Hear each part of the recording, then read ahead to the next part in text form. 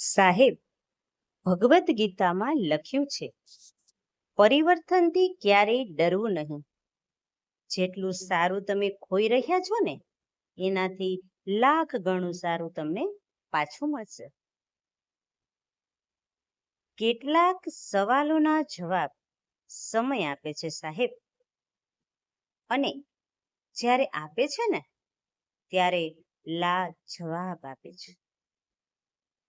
મનમાં જીતવાની આશા હોવી જોઈએ સાહેબ. નસીબ બદલાય કે ના બદલાય, સમય ચોક્કસ બદલાય છે. જ્યારથી તમે પોતાના પર કામ કરવાનું શરૂ કરી દેશો ને સાહેબ, ત્યારથી જ તમે સફળતાની પહેલી સીડી પાર કરી લેશો. મિત્રો, 36 ગુણની જરૂર નથી. ગુણ માત્ર 4 હોવા જોઈએ: સારો વ્યવહાર, સાફ નિયત, માયાળુ હૃદય અને ઈમાનદારી.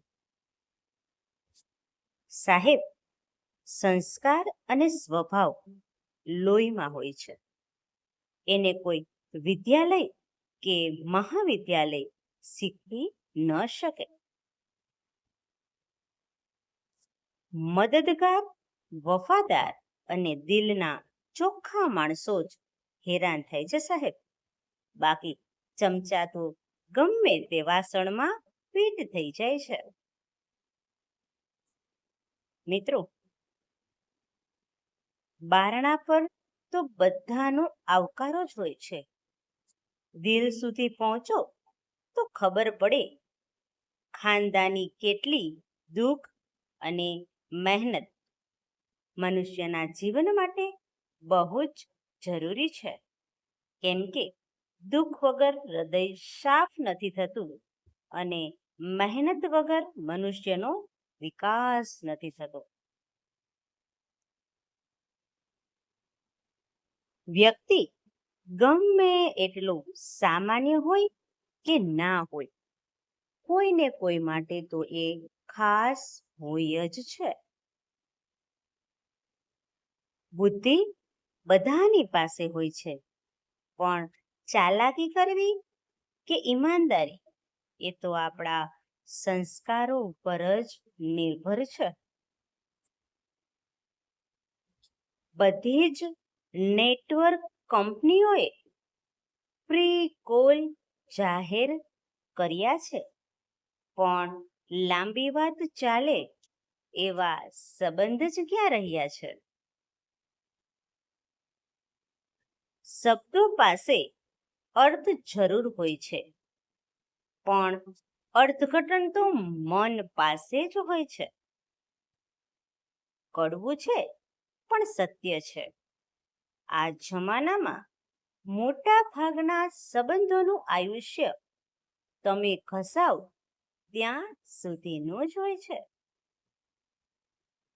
આંખો તો બધાની સરખી હોય છે સાહેબ, પરંતુ દ્રષ્ટિકોણ બધાનો સરખો નથી હોતો. આવડત કોઈ જાતથી બસ શબ્દોને ગૂંથી જાઓ. લોકો સમજે છે રચનાને, હું મારી વ્યથા કહી જાઉં છું. માણસના નહીં, ઈશ્વરના આધારે રહેજો. ઈશ્વર સંભાળી લેશે અને માણસ સંભળાવી દેશે. કેટલાક સંબંધોથી માણસ સારો લાગે છે અને કેટલાક માણસોથી સંબંધ સારો લાગે છે. ગરબા હોય કે જિંદગી, ક્યારેય પગલું આગળ ભરવું અને ક્યારે પગલું પાછળ ભરવું, જેને એ આવડી જાય ને એ જ સાચા ખેલૈયા કહેવાય. મિત્રો, સત્ય, સુગંધ અને સાદગી ધીમે પણ દૂર સુધી ફેલાય છે. ભાઈ એટલે બહેનના પડખે રહેતો એક પિતા તુલ્ય પડછાયો, જેની હાજરીમાં બહેન હંમેશા ખુશ અને નિર્ભર રહે છે. પિતા એક એવી છત છે જે તમારા માથા પરથી ખસી જાય ને તો સંબંધોની અવકાત સામે આવી જાય છે. મિત્રો, સમય અને પરિસ્થિતિ જોઈને પ્રેમ રચાવે એ દુનિયા પર સમય અને પરિસ્થિતિ જોયા વિના જે અઢળક પ્રેમ વરસાવે ને એ છે મા બાપ. અમુક લોકો ક્યારેય સુધરતા નથી અને ખોટા સાબિત થાય એટલે વધારે ચાલાક બની જાય છે. સફળતા અન્ય દ્વારા નક્કી થાય છે, જ્યારે સંતોષ આપણા દ્વારા જ નક્કી થાય છે. જે માણસ પોતાનો સ્વભાવ પરિસ્થિતિને અનુકૂળ બનાવી શકે તે સૌથી વધુ સુખી છે. બધાને બધું નથી મળતું. આ જિંદગીમાં અમુક વસ્તુઓ હસતા હસતા છોડી દેવી જોઈએ. ધર્મના મંત્ર શુદ્ધ બોલતા ન આવડે તો ના બોલો. કોઈને મદદ કરશો તે શુદ્ધ હોવી જોઈએ. મિત્રો, મોટો નિર્ણય લેતી વખતે ડર લાગવો એ કંઈ ખોટું નથી, પરંતુ ડરના કારણે નિર્ણય જ ના કરવો ને એ ખોટું છે. જવાબદારીની સલાહ મને ના દેશો. મેં ભરી જવાનીમાં મારી બધી જ ઈચ્છાઓને ફૂંકી નાખી છે. સાહેબ, અહમ તો બધાને હોય, પરંતુ નમે છે ને એ જ વ્યક્તિ સંબંધોનું સાચું મહત્વ સમજે છે. જિંદગીમાં હંમેશા જીદ કરતા શીખો. જે નસીબમાં નથી લખ્યું ને એને પણ મહેનતથી મેળવતા શીખો.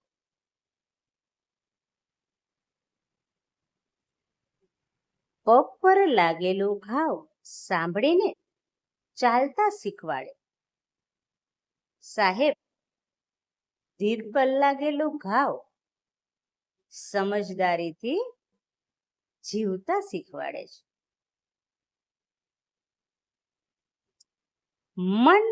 મન વાત્સલ્યમાં જગતભરનું રસાયણ ભરેલું છે અને તેની રાસાયણિક પ્રક્રિયાથી માનવ માત્રનું કલ્યાણ છે. માનવીના તન મનને સૌથી વિશેષ પોષણ અને પ્રેરણા આપનાર જો કોઈ હોય તો તે છે માતા. માતાનો પ્રેમ માણસને માટે ખરેખર જીવનનો મોટામાં મોટો આશીર્વાદ છે. એના પ્રેમમાં કોઈ તોલ છે, મમતાના ક્યાં કોઈ મોલ છે? માતે માં છે એ સૌથી અનમોલ છે. આંગળી પકડીને નહીં પણ આંગળી છોડી દઈને, કેમ કે ચાલવું એ શીખવાડી દેનાર પિતા ક્યારેક એક માતાની ભૂમિકા સમજી શકે એટલે એને કહેવાય પિતા. મિત્રો, મારો વિડીયો તમને કેવો લાગ્યો? વિડીયો પસંદ આવ્યો હોય તો દરરોજ આવા ગુજરાતી સુવિચાર માટે તમે ચેનલને સબસ્ક્રાઇબ કરો. મિત્રો, હવે મળીશું નવા વિડીયો નવા ટોપિક સાથે.